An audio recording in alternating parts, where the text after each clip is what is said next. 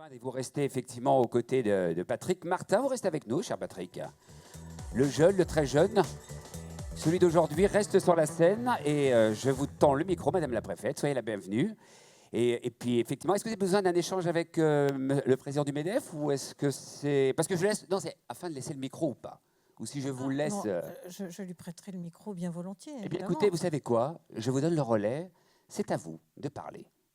Alors, je n'avais pas vraiment prévu, mais bien volontiers, Monsieur le Président national du MEDEF, Monsieur le Président du MEDEF de l'Ain, Mesdames et Messieurs les élus, Monsieur le député, Madame la vice-présidente du Conseil départemental, je salue le commandant de groupement de gendarmerie, et puis vous tous, Mesdames et Messieurs. Je salue l'enfant du pays, comme vous l'avez dit, et c'est en effet un grand honneur que vous nous faites de venir parler de votre vision des choses, parce que vous avez en effet été au cœur des discussions, et vous l'avez très bien décrit tout à l'heure. Alors moi, je ne vais pas parler de la situation nationale, mais je rappellerai un petit peu ce que j'ai rappelé aussi pendant le congrès des maires qui était vendredi dernier, c'est la permanence de l'État. Donc le Parlement, le gouvernement, et notamment le vendredi dernier, on était encore en pleine incertitude. Voilà. Et ce que je disais, c'est qu'il y a ces discussions, voilà, il y a une période qui est assez agitée, mais il y a une permanence de l'État, il y a une permanence de l'action publique, et notamment au niveau territorial. Les préfets sont là, les services de l'État sont là, ils sont à vos côtés, et notamment aux côtés des entreprises. D'autant plus dans ce département que vous connaissez bien, et où vous pouvez témoigner que c'est un creuset économique, un creuset industriel, avec des fleurons, des PME, des grands comptes, et puis en plus un département qui accueille, parce qu'on va avoir ce grand chantier des EPR2. On va commencer en 2027, et la préfète de région va lancer au mois de décembre la démarche Grand Chantier, qui va concerner l'Ain, l'Isère, le Rhône, mais surtout l'Ain, évidemment, avec 11 000 emplois que nous attendons. Il y a l'entreprise Safran qui a donné sa décision de venir dans l'Ain, sur la plaine de l'Ain. Il y a encore d'autres grandes installations que nous avons listées tout récemment avec les services de l'État.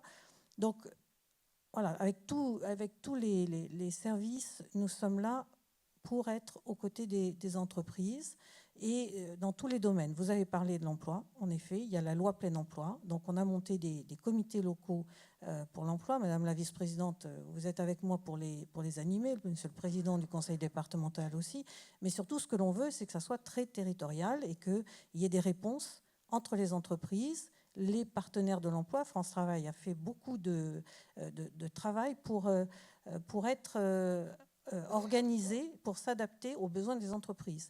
Et puis on a dans ce département aussi, les entreprises s'engagent, une association qui fait de l'inclusion et qui travaille avec nous sur tous ces publics vulnérables. On a parlé des seniors, il y a encore du chemin à faire, il y a beaucoup d'attentes. Les jeunes, en effet, les NEETs, et on en parlait tout à l'heure avec Madame la vice-présidente, on a des actions que l'on va mener, mais on a besoin des entreprises, des chefs d'entreprise pour s'engager avec nous dans ce travail.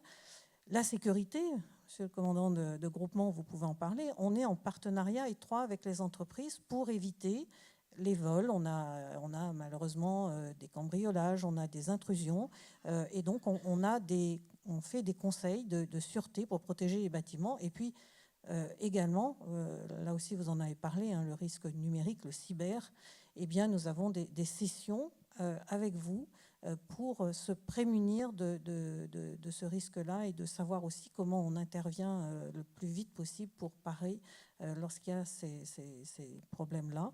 Et puis sur le département, moi je suis très attentive aux besoins des entreprises, et notamment à assurer leur environnement, et notamment environnement administratif, ce qu'on appelle l'écosystème.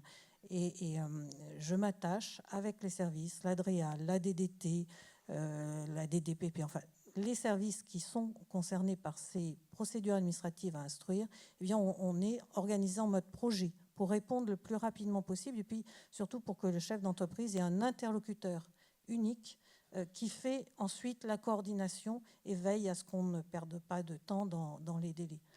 Voilà, il y a d'autres domaines où on intervient, mais sachez qu'on est très attachés à créer de l'emploi, de la valeur, de la croissance et d'aider nos entreprises, surtout sur ce département qui est très dynamique. Merci. Merci beaucoup, Madame la préfète Chantal Mochet. Merci pour ces mots.